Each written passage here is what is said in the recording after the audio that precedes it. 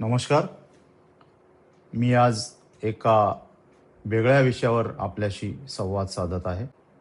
तो म्हणजे छत्रपती शिवाजी महाराजांची जयंती कुठल्या तारखेला साजरी करायची या विषयावर मी आपल्याशी बोलणार आहे. जगभरात अनेक महापुरुष, युगपुरुष, राजे महाराजे होऊन गेले. परंतु एकमेव असे राजे आहेत की ज्यांची जयंती संपूर्ण जगभरात मोठ्या उत्साहात व जल्लोषात साजरी केली जाते. आणि ते राजे म्हणजे आपल्या महाराष्ट्राचे आराध्य दैवत छत्रपती शिवाजी महाराज. जगात असे एकमेव राजे आहेत की ज्यांची जयंती वर्षातून 2 वेळा साजरी होते. एक, आपण नुकतीच 19 फेब्रुवारी रोजी शिवजयंती साजरी केली आणि दुसरी मार्च महिन्याच्या 6 तारखेला साजरी करणार आहोत. हा कोणालाही पडणारा एक प्रश्न आहे किंवा कोडा आहे की छत्रपती शिवाजी महाराजांची जयंती वर्षातनं 2दा का होते. बऱ्याच इतिहासतज्ञांचं, इतिहासकारांचं या बाबतीत मतांतरे आहेत.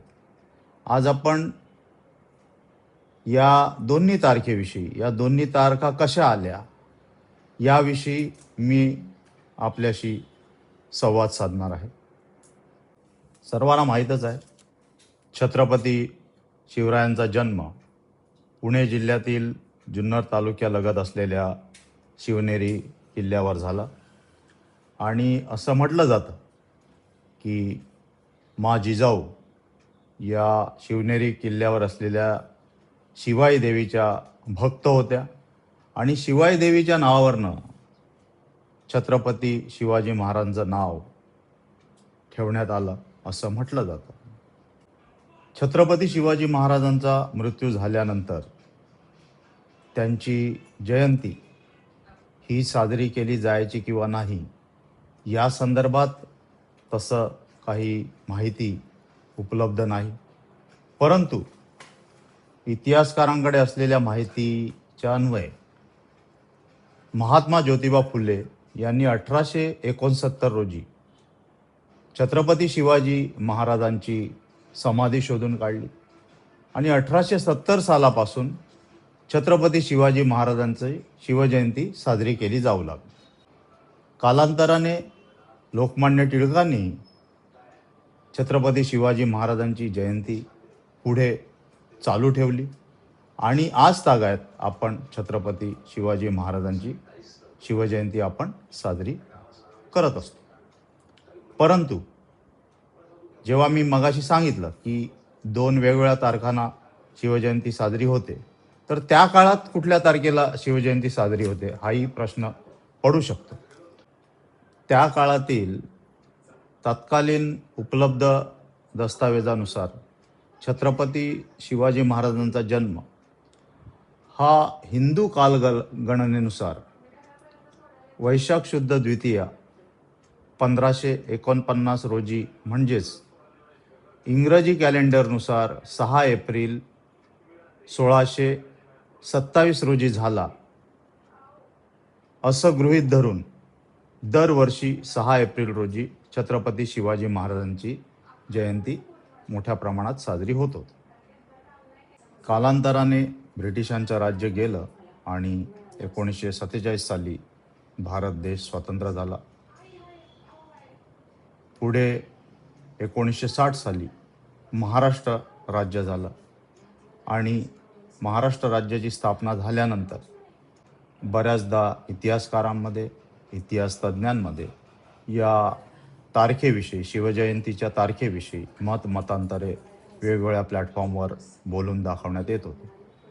याची दखल महाराष्ट्र शासनाने घेतली आणि वसंतराव नाईक हे महाराष्ट्राचे मुख्यमंत्री असताना 1966 साली महाराष्ट्र शासनाने इतिहास तज्ज्ञांची एक समिती बनवली आणि त्या समितीला सांगितलं की तुम्ही इतिहासातले काही दाखले, इतिहासातले दस्तावेज हे तपासून छत्रपती शिवाजी महाराजांची जयंती कधी साजरी करायची या संदर्भात अहवाल सादर करण्यासाठी त्या समितीला महाराष्ट्र शासनाने सांगितलं. आणि महाराष्ट्र शासनाने या स्थापलेल्या समितीमध्ये मी नावं वाचून दाखवतो दत्तो वामन पोद्दार, नर फाटक, आग पवार, हाग खरे, वासी बेंद्रे, बाबासाहेब पुरंदरे आणि मोरेश्वर दीक्षित हे इतिहास तज्ज्ञ त्या समितीमध्ये होते. आणि या इतिहास तज्ज्ञाने इतिहासकालीन दस्तावेजाचा अभ्यास केला आणि अभ्यास केल्यानंतर एक अहवाल महाराष्ट्र शासनाला सादर केला. समितीमध्ये असणारे एन.आर. फाटक यांच्या मते छत्रपती शिवाजी महाराजांचा जन्म वैशाख शुद्ध द्वितीया 1549 म्हणजेच 6 एप्रिल 1627ला झालं असं त्यांच्या मते त्यांच्या अभ्यासानुसार त्यांनी सांगितलं. पण इतर जे सदस्य होते त्यांच्या मते छत्रपती शिवाजी महाराजांचा जन्म हा फाल्गुन वद्य तृतीया 1551 साली झाला. 1551 म्हणजेच इंग्रजी कॅलेंडरनुसार 19 फेब्रुवारी 1630 रोजी झाला असं त्या अहवालामध्ये सांगण्यात आलं. सर्व सदस्यांमध्ये एकमत होत नसल्याने तत्कालीन मुख्यमंत्री वसंतराव नाईक यांनी सांगितले की जोपर्यंत तारखेविषयी एकमत होत नाही तोपर्यंत जुन्या तारखेनुसारच जयंती साजरी करायची असं सांगण्यात आलं. आणि त्यानंतरही जी आधीची तारीख होती 6 एप्रिल तीच पुढे चालू राहिली.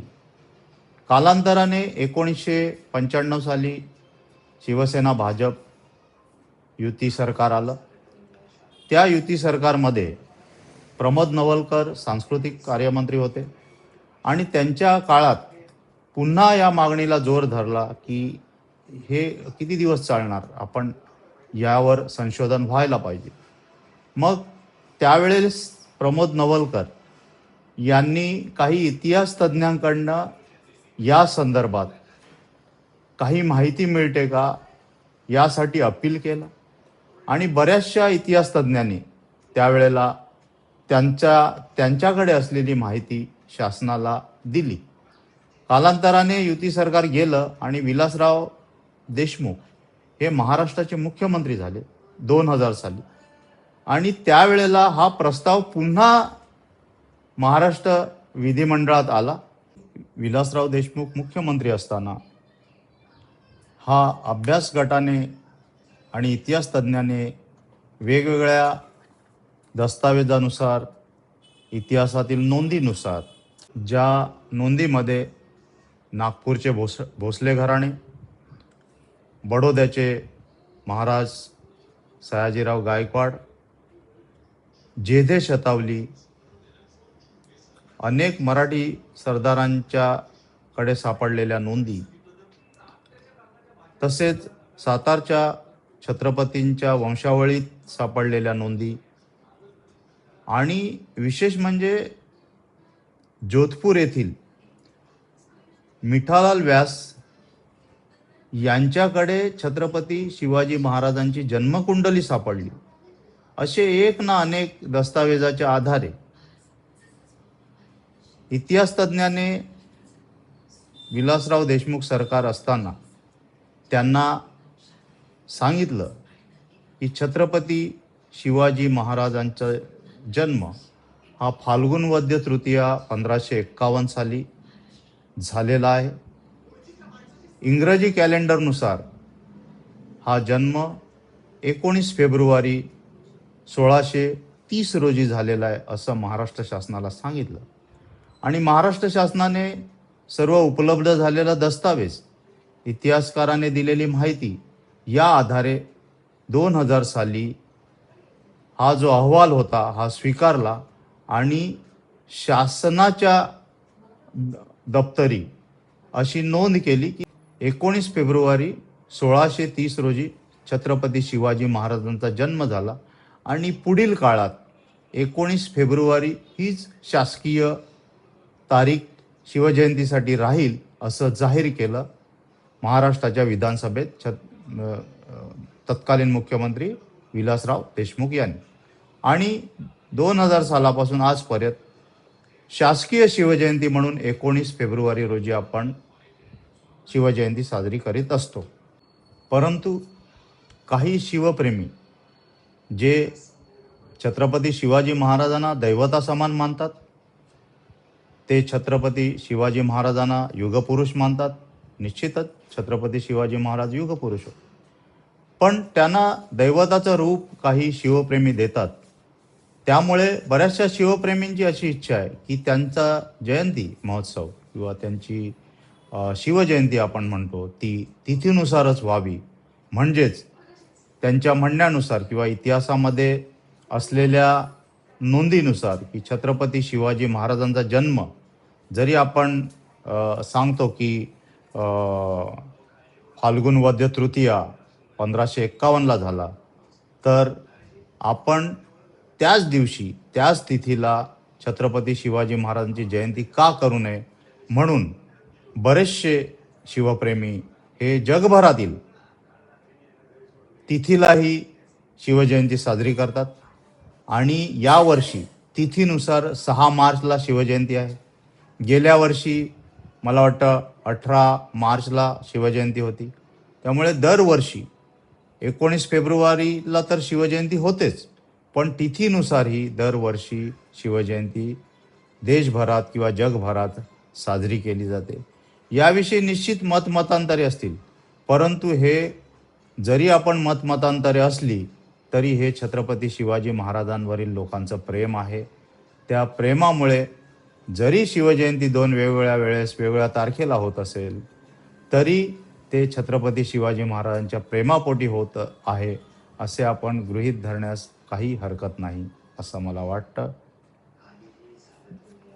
मी छत्रपती शिवजयंती संदर्भात जी माहिती आपण पुढे दिली, जर आपल्याला आवडल्यास आपण लाईक करा, माझा चॅनल सबस्क्राईब करा आणि फॉरवर्ड करा. धन्यवाद. जय महाराष्ट्र.